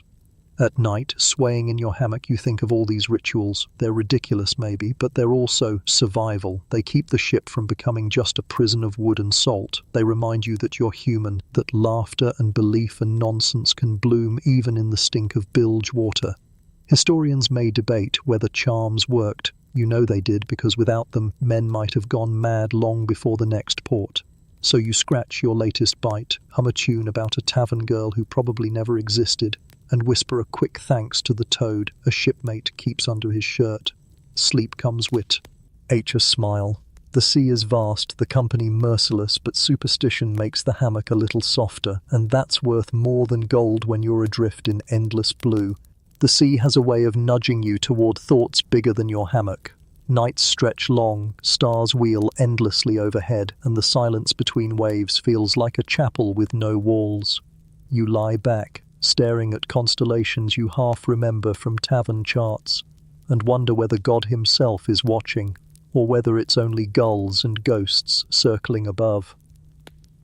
Faith is woven into the daily rhythm. Each Sunday, the captain gathers the crew on deck, a Bible heavy in his hand, voice booming verses about obedience and endurance. You stand shoulder to shoulder, sun biting your neck, listening as he insists that suffering is holy and profit is providence. The company, he says, sails with God's blessing. You mumble the amen like a stone rolling in your throat. It's not that you disbelieve, but when your belly growls, when lice bite, when storms fling your friends into the sea, you wonder how large a tax divine favor charges. Historians still argue whether religion truly softened the edges of VOC life, or simply hardened them. Was prayer comfort, or was it another form of discipline? You decide it's both. Sometimes the psalms soothe, humming low in your chest like a lullaby. Other times they feel like shackles, binding you to an order that uses heaven as a contract. But faith isn't only in scripture. Sailors whisper about omens, flocks of birds that circle the mast, strange lights that dance on the yardarms, fish that leap in patterns. One night you see it yourself, a glow rippling across the water, pale fire licking every wave. St. Elmo's fire, someone murmurs, the angels' candles. The officers nod solemnly, claiming it's a blessing, though a few older sailors cross themselves nervously. Quirky tidbit. Some believed the lights were the souls of drowned men guiding the ship. Watching the eerie glow flicker on the rigging, you can't decide if it's comfort or warning. Then there are the ghost stories. Hammocks are breeding grounds for them, whispered in the dark when sleep won't come. A shipmate swears he saw a pale figure standing by the rail during the storm, a woman in white who vanished with the lightning. Another insists that the groans in the hull are not timber but voices trapped from past voyages. You laugh along, but later alone the creaks of the ship make you clutch your blanket tighter. Light. Joke 1. You tell yourself if a ghost tries to haunt your hammock, it'll leave after 5 minutes of lice. Prayer takes other forms too. Some men carve tiny crosses into their knife handles. Others keep relics, beads, a coin stamped with a saint, a scrap of cloth said to be holy. You've even seen one sailor whisper over the ship's cat, scratching behind its ears as if it were an altar.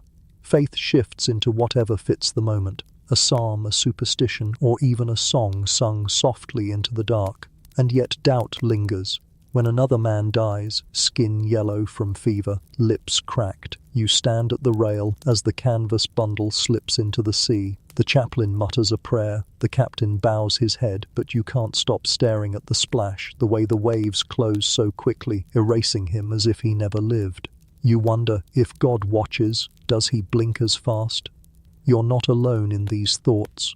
Around the hammocks, debates stir. Some claim the voyage itself is proof of divine order, that only providence could carry a ship across oceans. Others argue the opposite, that such suffering proves you're abandoned, left to wrestle with waves and vermin on your own. The arguments never last long, work always interrupts. But the questions linger, tucked into the folds of your mind like smuggled spices. Quirky tidbit again. Sailors often nailed horseshoes to masts, believing the iron warded off witches at sea. One mate swears the shoe on this ship once bent in a storm, proof that some spirit tried to twist it. You stroke the iron curve yourself, half laughing, half hoping. Light joke 2. If a witch really wanted you, she could just wait until you've eaten the salted pork, nature's slowest curse. Evening brings another service, this one not official. A handful of men kneel quietly near the bow, voices low, murmuring prayers in tongues you don't understand. You don't join, but you linger nearby, listening. The cadence is gentle, The word's foreign, but the feeling is the same. Hope, fragile as canvas, stitched against despair. Later, in your hammock, the stars spill bright through the hatch. You trace constellations, inventing stories of your own. A sailor with a broken rope becomes Orion. A crooked mast becomes Cassiopeia. You wonder if men on other ships look up at the same sky and make the same mistakes. Maybe God listens more to imagination than to scripture. Maybe laughter is its own kind of prayer.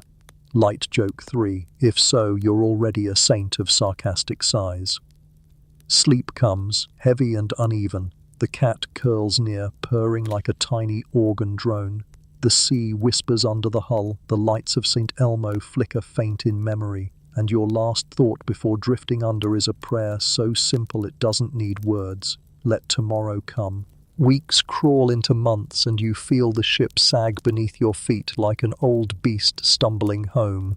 The sails hang patched and weary, the ropes fray with every tug, and the crew mirrors the vessel, thinner, hollower, eyes sunken into faces that look carved from driftwood.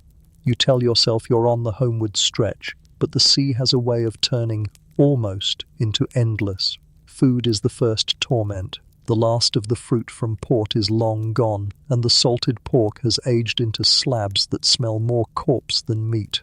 Hardtack biscuits shatter like stones under your teeth, maggots wriggling inside as if they've paid rent. The cook shrugs and calls them extra seasoning. Quirky tidbit. Some sailors deliberately dunked their biscuits into coffee, or more often into beer, so sour it puckered the tongue, just to kill whatever was crawling. Of course there's no coffee here. Just the same thin ale, flat and sour, that tastes like despair in liquid form. Water is worse. The barrels, never quite sealed, have gone slimy. When you tilt the ladle, a skin of algae clings like jelly, and you choke it down anyway because thirst doesn't negotiate. You watch mates vomit it up and still return for more. Historians still argue whether VOC provisioning was truly superior to other navies. Some point to records of elaborate loading in Dutch ports, others to endless crew complaints of rot and infestation. From where you stand, the debate is pointless. If better still tastes like swamp, what comfort is there? The crew shrinks daily. Fevered men lie groaning in hammocks, too weak to haul ropes. You step over them on the way to your shift, guilt biting sharper than hunger. The surgeon mutters about humours and boils leeches that slip away on the planks. Death notices are brief now, just a name scratched into the log before canvas closes over the body. Each splash at the rail feels heavier, like the sea is tallying debts with greedy fingers. The work never lets you mourn. Sails tear in the autumn winds and you climb to patch them with hands that shake from weakness. Pumps clog and you heave with every ounce of your remaining strength just to keep the bilge from swallowing you whole. Nails snap, barrels shift, ropes bite into bleeding palms. You begin to dream of work even in your hammock, hauling, tying, climbing over and over, as if sleep itself has become another shift. You cling to scraps of hope where you can. Someone swears he smelled pine on the wind. Land can't be far. Another claims to have spotted a gull, though it might have been a trick of the eyes. Rumours of home ripple through the hammocks, the taste of cheese, the weight of a real mattress, the laughter of women leaning out of canal windows. You close your eyes and imagine it. Cobblestones underfoot, a candle that doesn't sway, soup steaming in a warm kitchen. Then the ship jolts, and the fantasy crumbles like biscuit dust. Superstitions thicken in the weary air. Men carve charms into the mast, mutter prayers into the bilge, whistle for wind when sails hang limp. One sailor swears he saw a phantom ship gliding beside you, its sails white as bone. An omen, he whispers, a warning. You laugh nervously, but the story sticks, crawling into your dreams. Light joke 1. You tell yourself if the ghost ship is real, maybe it has fresher biscuits you could borrow. The officers aren't immune to strain. Their boots may shine, their rations may taste a little less foul, but even they stumble now. You notice the captain's hands tremble as he reads the charts, his beard thinner, his voice hoarse. The mates snap less often, their fury dulled into exhaustion. The gulf between officer and crew shrinks when everyone is equally hollow-eyed.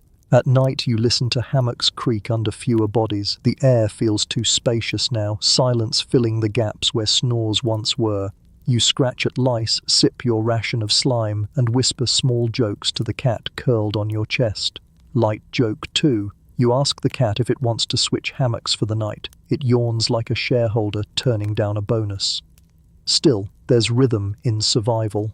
The bell marks the hours, the watch changes, the deck must be scrubbed.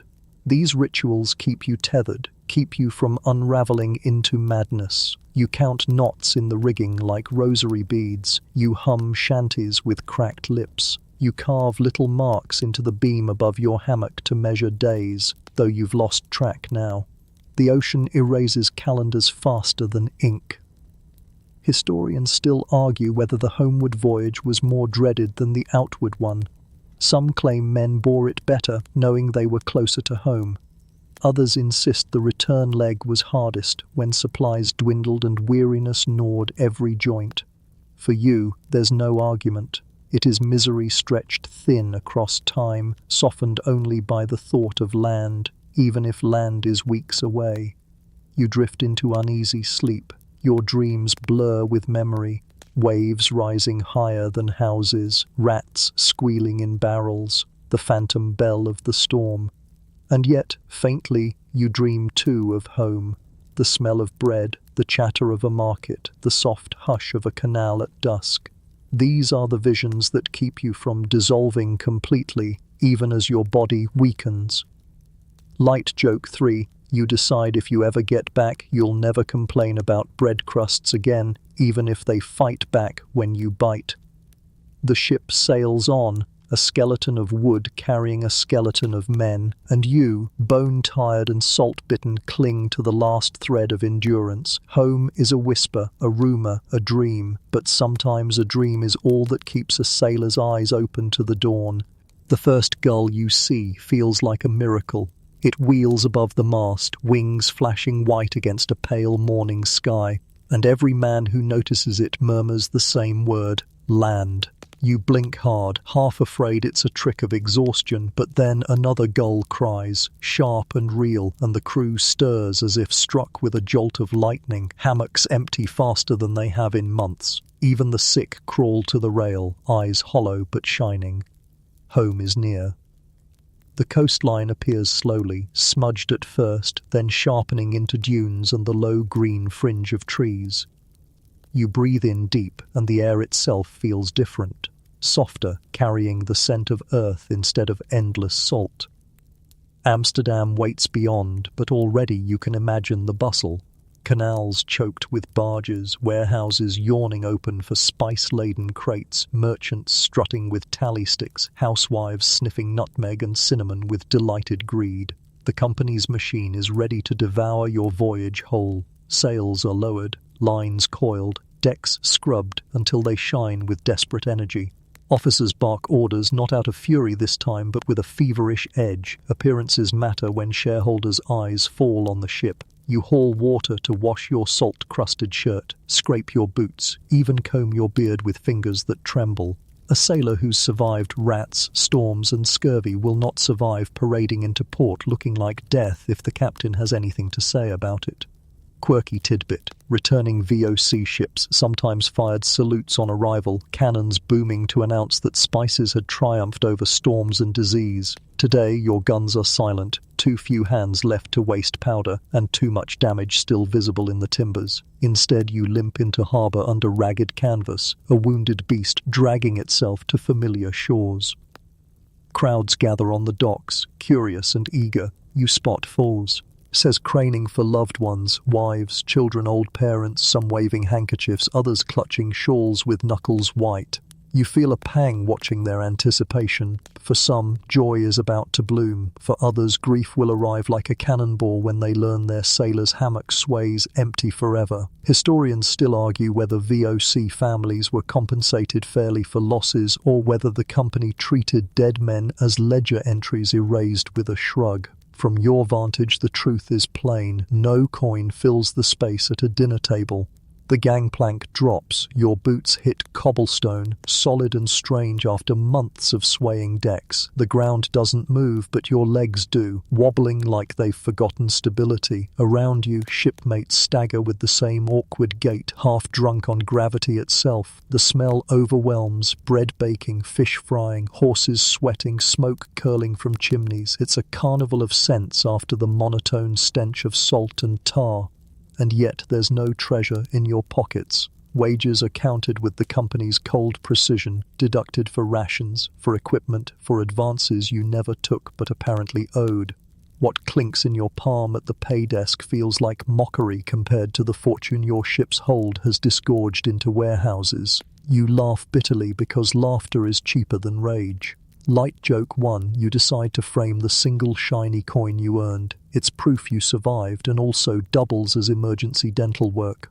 Some sailors vanish into taverns immediately, spilling their wages into mugs and dice until dawn. Others hurry home, clutching parcels of spice like talismans for waiting families. You wander the streets in a daze, cobbles echoing underfoot until canals open around you like ribbons of memory. Tall houses lean inward, gabled and proud, each window reflecting a world that kept spinning without you. Children dart past, shouting in Dutch that feels both sharp and strange in your ears after so many months of garbled tongues at sea. There's pride, too, buried under the exhaustion. You endured storms that could have splintered the ship, hunger that gnawed men into husks, whispers of mutiny and the bite of sickness. You've walked through the mouth of death and emerged, however ragged, into the light of familiar skies. But pride is a quiet flame, overshadowed by the simple desire to sleep in a real bed, to eat bread that bends instead of shatters, to hear laughter without the background hiss of waves. You find yourself staring back at the harbour, where the ship now rests, scarred but upright, its figurehead blank-eyed as ever. You feel a strange ache for it, the way one might feel for a cruel master who still carried you across an impossible expanse. It has taken years from you, stolen friends, carved scars, but it also delivered you home.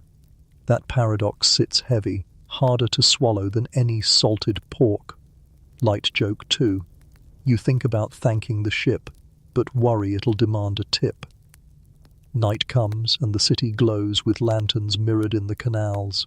You settle on a bench, coin in pocket, hunger twisting your stomach.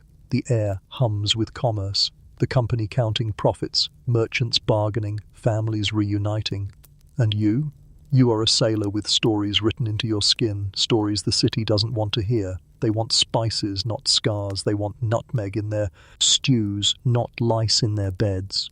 Still, you know you've lived what few can imagine. You've crossed oceans on a wooden giant, fought pirates, clawed through storms, whispered against mutiny, sung under stars brighter than any candle. You are broke, battered and nameless in the crowd, but you are also alive. And that, you decide as you lean back and watch the canal ripple in lamplight, might be worth more than any ledger's sum. The city swallows you quickly. Lanterns glow on every bridge, laughter spills from tavern doors, and the scent of bread and smoke curls through narrow streets. But no matter how far you walk, the sea clings to you. The salt in your clothes, the rope-burn scars on your palms, the sound of gulls ringing in your ears even when they're not there. You're home, yet not. You feel like driftwood washed ashore, part of the land now, but still carrying the ocean's mark. You pass shop windows where merchants display jars of nutmeg and pepper, the very cargo you nearly died for. Shoppers pinch the spices between their fingers, smile at the aroma, and drop coins without a thought. You want to laugh, or maybe shout. Do they know what it cost to bring those scents here? Do they imagine the hammocks filled with coughing men, the rats crawling over biscuits, the storm that split the mast? Probably not. To them, it's just another pinch for stew, another dash for mulled wine. Historians still argue whether sailors were the backbone of the VOC or just disposable cogs in its empire. From where you stand, leaning on a canal railing, it hardly matters. You know the truth in your bones. The company profited, yes, but men bled. Wealth arrived, but so did graves. The ledger is balanced in ink and in ghosts. At night, when you finally lie in a real bed, the silence feels unnatural. No creak of timbers, no splash of waves, no snores from a dozen bodies pressed too close, just stillness. You almost miss the sway of the hammock, the rhythmic rocking that lulled you despite the lice and stink. Almost. Because here on land you're not afraid of waking to shouts of storm or pirates. You can close your eyes without expecting a whip crack or a cannon blast, and yet the memories remain, stitched into you like scars. You think of the figurehead staring into storms, the cat with its silent judgment. It's the glow of St. Elmo's fire painting the rigging in eerie blue. You think of sparrows' lashes, of laughter over mouldy biscuits, of songs that kept your hands steady while your heart faltered. These images rise and fall like the tide, and you know they'll never leave you. The company will send out more ships tomorrow, and the day after that. More men will climb aboard, eyes bright with hope, unaware that hope is the sea's favourite meal. Some will never return. Others will, thinner, harder, their pockets barely heavier than when they left. And you stand as proof that survival is possible, even when everything conspires to strip it away. You lean against the window, watching moonlight dance on the canal, and let out a slow breath. Maybe tomorrow you'll sign on again. Maybe you'll take your meager wages and vanish inland, chasing fields and quiet. You don't know yet. For tonight, you only know this: the sea doesn't leave you, even when you leave it. The story drifts softer now, like a tide ebbing at dawn. You're no longer gripping ropes or staring down storms. You're lying in your own bed, safe and steady, while the echoes of the voyage fade like lanterns dimming one by one. The creak of timbers, the slap of waves, the cough of shipmates, all of it settles into the distance, softened until it's nothing more than a lullaby. You picture the ship anchored far away, its sails furled, its deck empty under a quiet sky. The cat curls in the shadows, tail flicking once before sleep takes it. Hammocks sway gently, but no one stirs inside them now. Even the figurehead seems at rest, eyes closed against the horizon. The sea, for once, is calm, flat and silver, reflecting stars like scattered coins. Breathe slowly. Feel the weight leave your shoulders as you exhale. Each breath is another wave rolling back to shore, carrying your weariness with it. Each inhale is cool night air filling your chest, clean and still. The journey is behind you. The hardships remain only as stories, softened with distance, smoothed by time. You imagine yourself walking away from the harbour, footsteps light, pockets empty, but heart strangely full. The city lights glow like constellations at your feet, and the night hums with peace instead of labour. There is no lash, no hunger, no fear of storms, only the steady hush of sleep drawing near. Let your eyes close gently, the way sails fold when the wind fades. Let your mind drift, slower and slower, until thought itself feels like a lull in the tide. You are safe, you are still, and you are home. The sea is far behind, and rest is yours.